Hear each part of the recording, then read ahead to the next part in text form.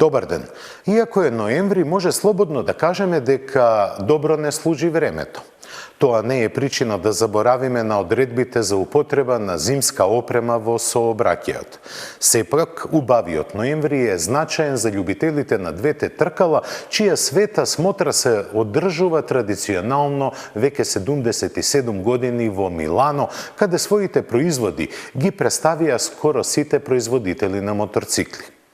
Volkswagen го форсира своето најголемо спортско корисно возило, но за сега нема најави дека ќе дојде во Европа, а на тест ја имавме Mazda 3 Skyactiv X, бензински мотор со изразена перформанса и економичност.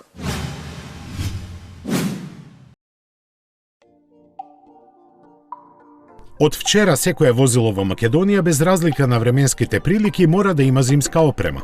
Според законските прописи, таа подразбира автомобилите да бидат опремени со зимски пневматици на сите тркала со минимална длабочина на шарата од 4 мм, а за возилата со погон на сите тркала 6 мм. Алтернативно може да бидат монтирани и летни пневматици со длабочина на шарата од 4 мм, ако во возилото се носат синџери за снег, за погонските тркала или други слични помагала.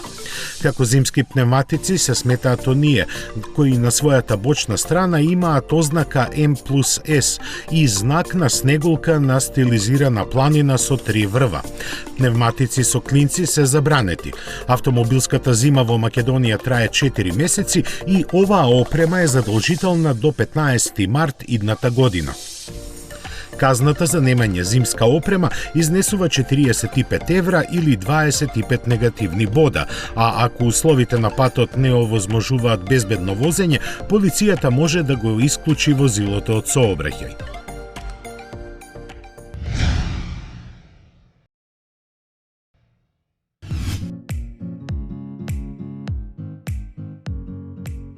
Со ревидирање на така наречениот бонус за околината, Германија за 50% ќе ги зголеми субвенциите за електрични возила. Според одлуката, тој ќе изнесува до 6000 евра, од кои како и досега половина ќе добиваат производителите, а половина купувачите. Ова е дел од планот до 2030 година на своите патишта да имаат барем 10 милиони електрични возила. Но исто така и дополнително да се помогне и на домашната автоиндустрија во битката со американските и во иднина кинеските ривали во ова пазарно поле. Се очекува марките да стапат на сила овој месец и да важат до 2025 година. Паралелно со ова, германската влада ќе инвестира и 3,5 милиарди евра во инфраструктура, која во наредната деценија треба да нарасне на милион полначи. Случајно или не, ова се поклопува со почетокот на производството на Volkswagen ID3, кој ќе биде еден од најсилните адути. Со новите бонуси, неговата цена ќе се спушти на одлични 24.000 евра. Затоа и не чуди што веќе идната година Volkswagen сака да произведе 100.000, а наредната 2021 дури 330.000 електрични возила. Иако првите примероци на ID3 се планирани да се испорачуваат дури за 6 до 7 месеци, за него веќе се имаат заинтересирано 35.000 купувачи. Што значи ова, најдобро зборуваат бројките за продажбата во Германија, која досега годинава достигна 53.000 нови електрични возила.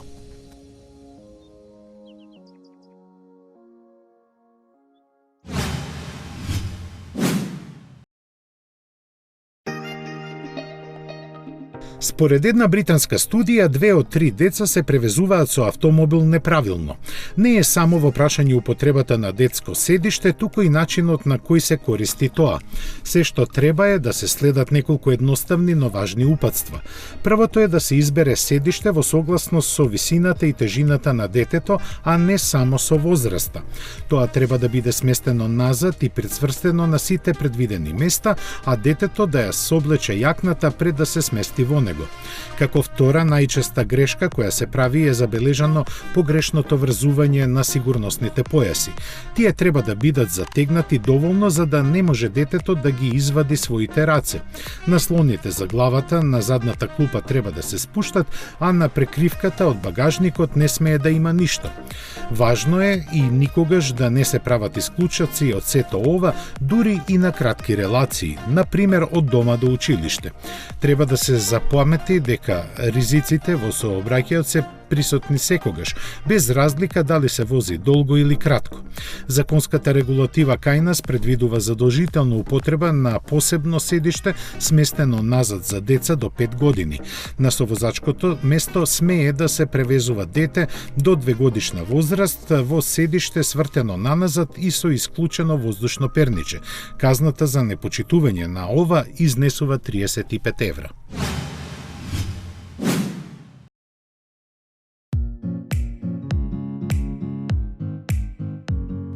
1969 година беше значајна за Масерати. Тогаш беше испорачан првиот примерок на прекрасното купе Инди. Овој Гранд Турер има 4 удобни седишта, што го правеа корисен за семејни патувања. Настана во соработка со кароцерија Вињале, откако марката забележа рекордна продажба која ги зголеми нивните пазарни амбиции. Иновативниот изглед веднаш го привлече вниманието на богатите клиенти, на кои им се допаѓаа големите застаклени површини и елегантните ненаметливи линии. Спортскиот дух го истакнуваа светлата кои се вовлекуваа, како и V8 моторот со 260 конски сили со кој постигнуваше 250 км на час.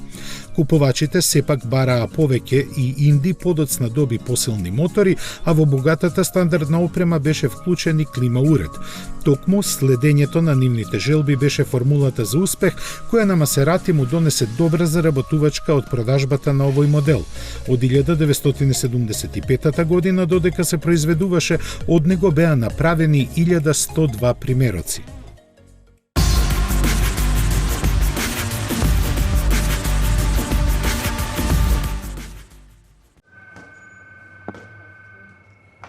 Спремен си? Еј, не! Документите се уништени, а немам веќе време. Имам копии дома. Ќе ми дадеш својата кола да одам по нив? Океј. Спремни да го пробате Peugeot 308 со стайл ниво на опременост и 1,2 PureTech мотор со 110 конски сили. Сега во понуда за 15.990 евра.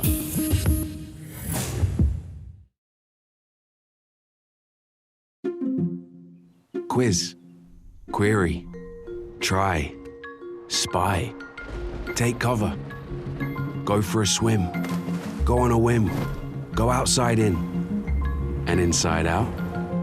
Look once, look twice. Follow a compass, not a clock. Never stop discovering.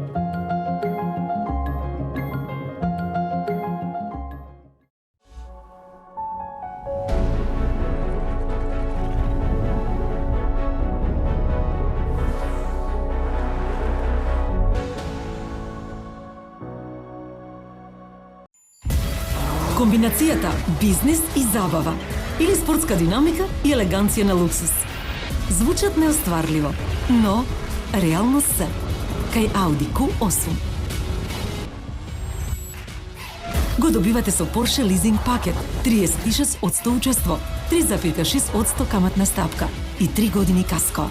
Audi Q8 е еден. Porsche Македонија. Би сакал да ви се представам себе си во неколку зборови. Би рекол елегантен, единствен секако, секогаш самоуверен. Како мојот автомобил, новиот Kia Proceed, храбар потек. Некои сакаат тишина. Некои сакаат забава. Некои сакаат префинетост. Не. А некои комфорт. Некои сакаат практичност и се да им е при рака. Но сите сакаат хибрид и сите сакаат Корола. Новата Корола седан од 16.990 евра. Метрополис, број 1 радиомрежа.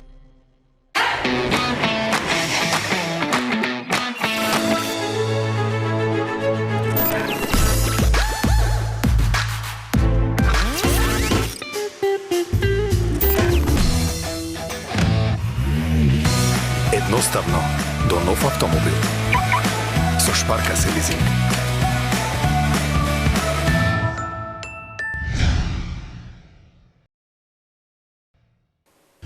Ноември е свет месец за љубителите на моторциклистите.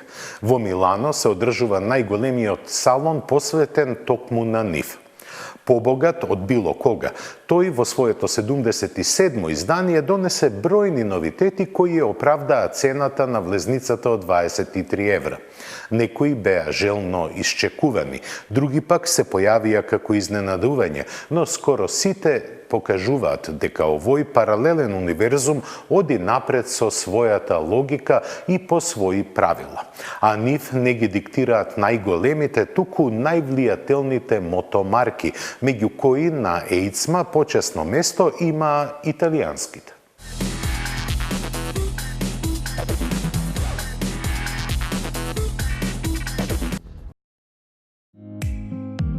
Најдобар пример за тоа е MV Agusta, која настапи со доработениот Brutale, сега со ознака RR.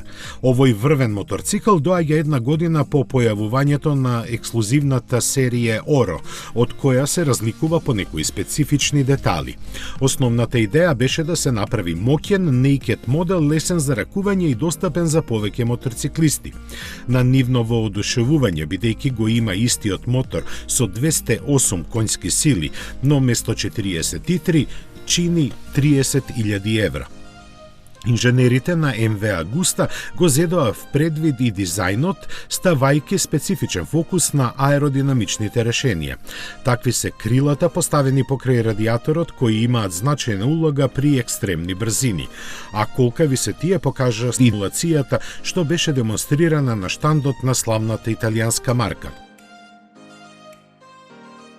Априлија е уште еден италијански производител кој повеќе грижа посветува на својот имидж отколку на комерцијалните достигнувања. Дел е од групата Piaggio, иако неговите моторцикли автентично настапуваат на пазарот. Затоа, иако погледите на посетителите на ејцма беа насочени кон ултимативниот RSV4RR, нивен најголем новитет сепак беше Tuno 660 концептот. Црвено-црната комбинација истакнуваше дека е дело на новото тркачко оделение, што е вистинската формула за пристап кон помладата и помалку искусна публика. Направен е во најдобрата традиција на марката, а деталите откриени за него покажуваат дека лансирањето му е многу блиску. На штандот на Априлија се појави и финалната верзија на RS660, која е значајна по тоа што е прв моторцикл базиран на новиот двоцилиндричен паралелен агрегат со таа зафатнина. Има округло 100 конјски сили, рамката и задната вилушка се потполно нови, а електриката врвна. Желбата е со него да се редефинира сегментот на средно големи спортски моторцикли, заради што ќе донесе ново ниво на префинетост на перформансите.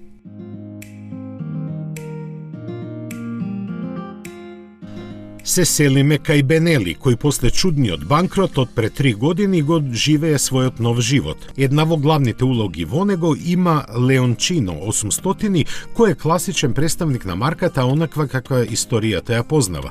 Покажан е во две изведби засновани со новата техника, со двоцилиндричен агрегат со 82 конјски сили. Совршено интегриран во челичната рамка, тој заедно со мудро избраните механички компоненти создава идеална слика за тоа како еден моторцикл за забава и секојдневно користење треба да изгледа.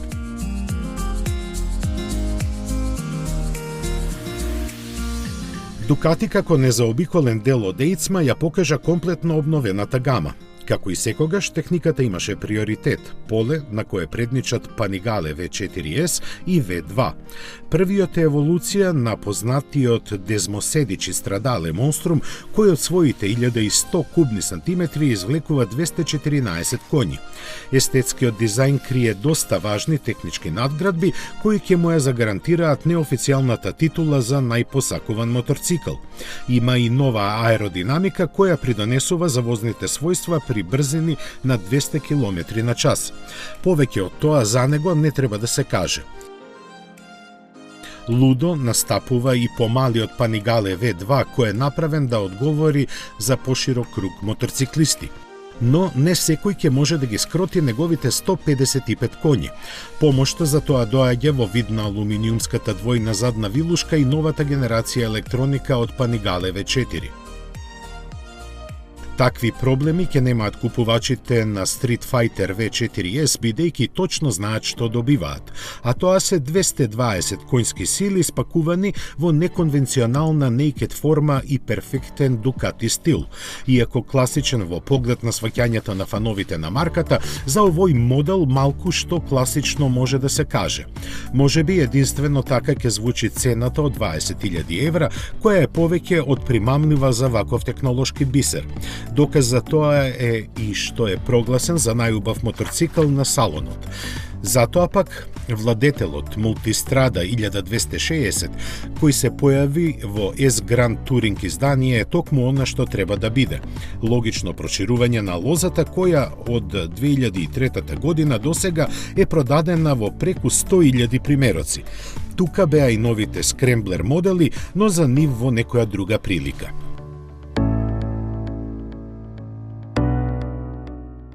Во една таква атмосфера новитетите на јапонците делуваат како млака вода. Посебно оние на Сузуки, од кои единствено се истакнува 650 и 1050 верзиите на V-Strom. Заеднички им е дизајнот, а механиката се разликува според платформата на која се направени. Од компанијата ќе кажат дека е битен квалитетот, а не квантитетот, во што делумно се согласуваат и нивните колеги од Кавасаки. Тие сепак беа повредни и во Милано допатуваа со 3 премиери, сите покажени на салонот во Токио пред некоја недела. Но тоа не беше пречка за европските љубители на врвната техника кои беа воодушевени од компресискиот ZH2. А како и не би кога е изведен од Ninja H2R кој сите ги ничкоса со своите 314 коњски сили. Иако скротен на 200 коњи, новиот модел сепак беше посластица за своите нескриени перформанси.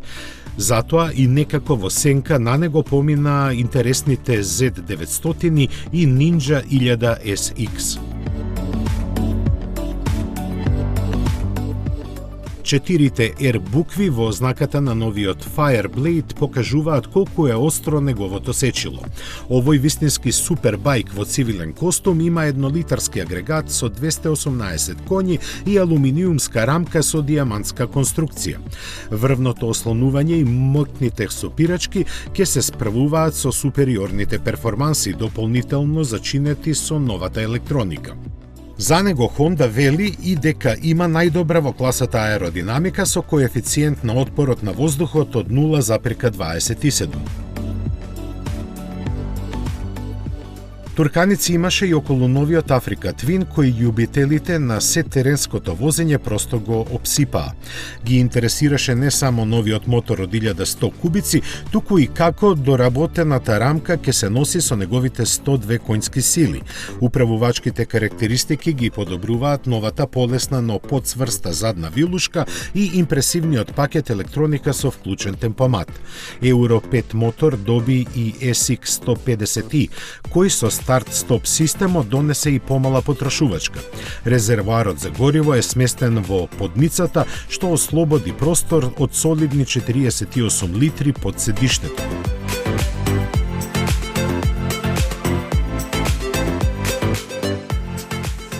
За нијанса поинтересно беше кај Yamaha, каде беа изложени навистина многу новитети. Поголем дел од нив беа само подобрување на постоечките модели, што со резерва може да се каже и за T-Max 560. Комбинирајќи ги новиот стил со унапредената механика, овој макси скутер и понатаму останува во фокусот на перфекционистите во овој сегмент. Слично ќе размислуваат и оние што ги привлекува 30 генерацијата трицикли со две предни тркала, чија верзија од 300 кубни сантиметри ги донесува истите бенефити како и другите. Моќноста од 28 коњски сили се чини идеална за мноштво корисници кои ќе можат да го управуваат со возачка дозвола од Б категорија. За сите други посластица беше Tracer 700 со својот готово футуристички изглед и подобрен агрегат. Располага со подесливо ослонување, нова LCD инструмент табла и резервоар од 17 литри.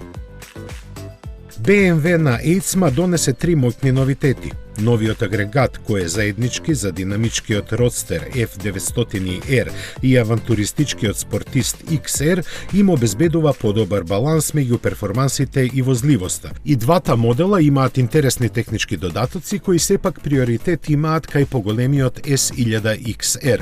Нему силата му е зголемена на 165 коњи, а тежината намалена за 10 килограми. Напредната електроника сега го контролира и полуактивното ослонување, со што перформансите се истакнати до крај. Списокот милански премиери не завршува тука. Нив ги имаше доста и кај другите повеќе или помалку познати марки, но за нив во наредната емисија.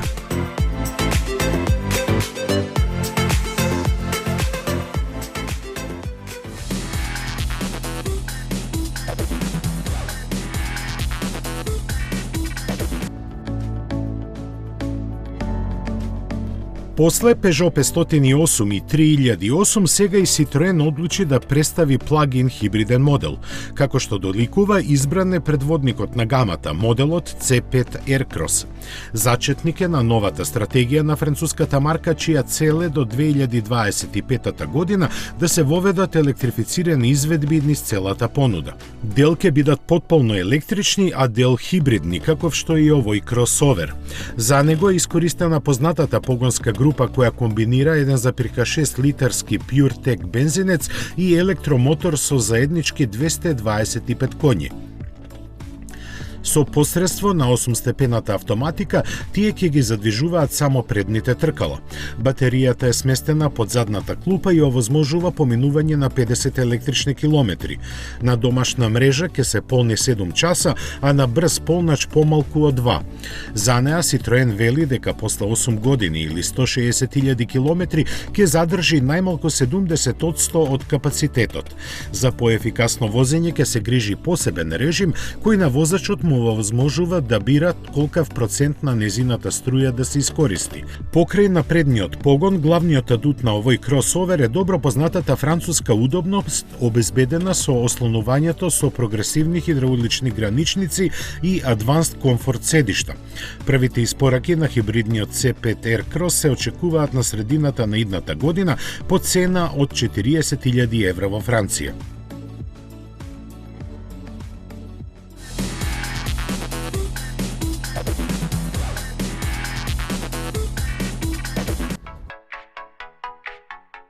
Паралелно со европската, во која доминираат помалите, Volkswagen ја развива и американската понуда на своите спортско корисни возила. Најновиот нивен представник е купе верзијата на големиот Атлас, означено како Кросспорт. Од наша страна гледано, овој кросовер тешко дека може да се нарече купе, но за американците е доволно тоа што неговиот заден дел е малку наклонет. Тој му дава малку подинамичен изглед, дополнително засилен пар стилски детали како што се изменетата маска и новите браници. Во внатрешноста ќе се забележат новиот управувач со рамен долен дел и педалите од нерегосувачки челик. Дел од опремата која ќе зависи од избраниот пакет ќе вклучува бежично полнење на мобилните телефони, греење на задните седишта и управувачот како и предни вентилирани седишта. Се разбира, незаобиколни се и новите аудиосистеми и безбедносните асистенти, како што се автоматското запирање, надгледувањето на мртвите агли и адаптивилниот темпомат. Како и другите, и овој модел е направен на MQB платформата и го има истото меѓуоскино растојание како и актуелниот Атлас со 7 седишта. Од него сепак е пократок за 7 и понизок за 6 см.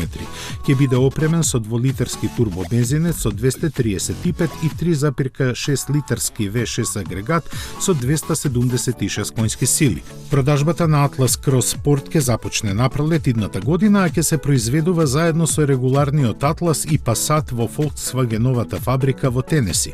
Ќе биде понуден и во Кина, каде ќе го носи називот Терамонт Купе, додека Европа е надвор од интересната зона за неговото пласирање.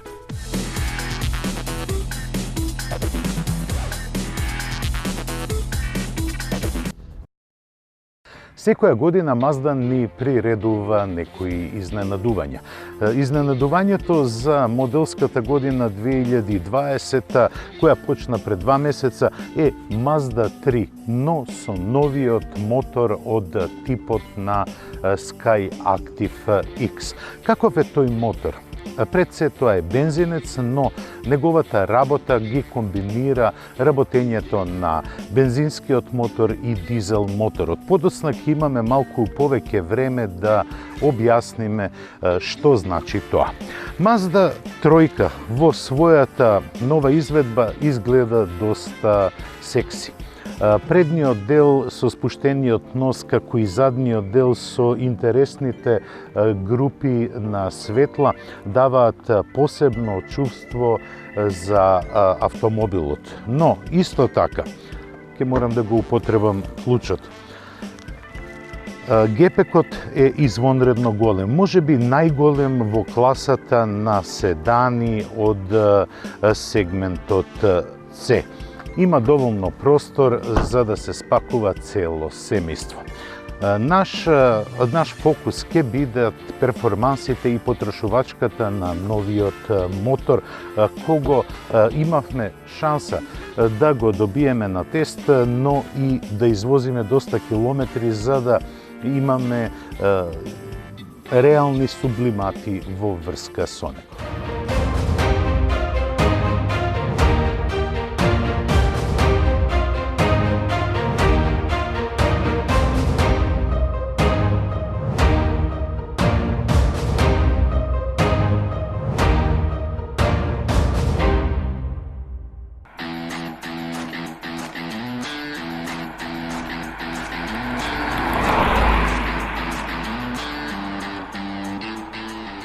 Првата генерација на подобрување на бензинските мотори Mazda ја направи со серијата Skyactiv G, која прилично ја намали потрошувачката на класичните бензински мотори. Но сега на сцена стапува потполно новата и долго најавувана, релативно долго, околу 3 години најавувана технологија, наречена Skyactiv X. Таа се однесува на бензинските мотори кои имаат револуционерен пристап во решевањето на нивното работење. Имено, тие го користат принципот на работа на бензинските, но и на дизелските мотори, а го употребуваат бензинот како гориво. Како функционира овој мотор? Во самите цилиндри се впрскува, односно се случува пилот впрскување, кое содржи осиромашена смеша на воздух и на бензин. Таа смеша внатре во цилиндерот ја пали свекичката. Со самото согорување на таа смеша се ствара зголемена температура и зголемен притисок во самиот цилиндер. И тогаш се случува вистинското впрскување, односно второто впрскување, кое има доволно содржина на воздух и се разбира повеќе гориво, за да биде запалена од самата температура која е во цилиндерот и од самата компресија.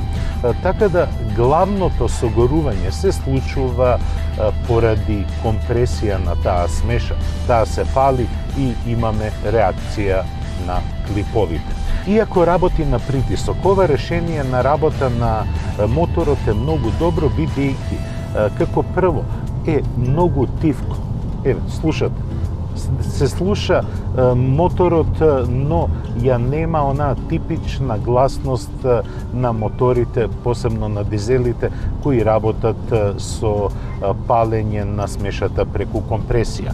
Второ, се добива многу поголема економичност, но и перформанса. Овој мотор има зафатнина од 2 литри и испорачува 162 конски сили, кои воспротивно од силата се доста економични. Со Mazda 3 јас поминав негде повеќе од 600 километри и забележав просечна потрошувачка од 7,2 литри, што е извонреден податок доколку се земе во предвид дека е ова бензински мотор, има повеќе од 160 конски сили, доста време го возев во градски услови на возење, а впарен е моторот со 6-степена автоматска трансмисија. Тоа е податок за респект, бидејќи 7,2 литри бензин, тоа е за 2-литрен мотор, тоа е извонредно економично.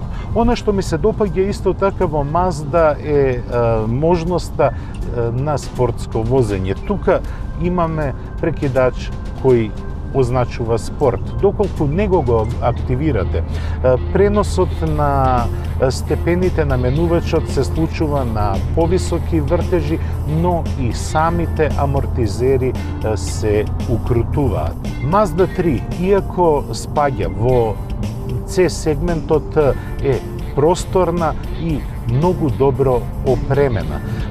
Јас не најдов поголеми недостатоци во опремувањето, бидејќи ова не е ниту највисокото ниво на опрема.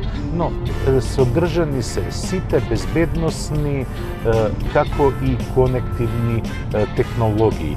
Па затоа во внатрешноста можете комотно да уживате во придобивките на јапонскиот инженеринг. Со цена од 31.500 евра, Mazda 3 не е меѓу поевтините. Напротив, таа со ценовната политика влегува во премиум сегментот. Но, рака на срце, мора да се каже дека и конструкторите на Mazda, како и дизајнерите се потрудиле да испорачаат премиум чувство и материјали во внатрешност. Тоа беше се што подготвивме за ова издание на Автомагазин. Јас ве поздравувам до следната средба за 7 дена. До гледање.